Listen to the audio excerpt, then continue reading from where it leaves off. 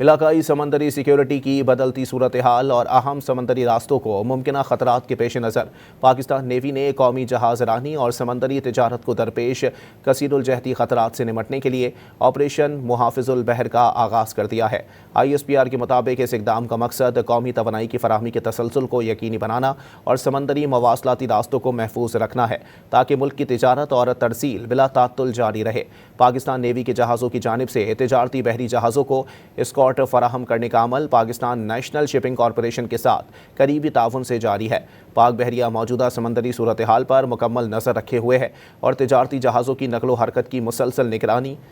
اور کنٹرول کیا جا رہا ہے تاکہ ان کی محفوظ آمد و رفت یقینی بنائی جا سکے۔ پاکستان کی تقریباً 90% تجارت سمندر کے ذریعے انجام پاتی ہے، اس لیے اس آپریشن کا بنیادی مقصد اہم سمندری راستوں کو محفوظ، مستحکم اور کھلا رکھنا ہے۔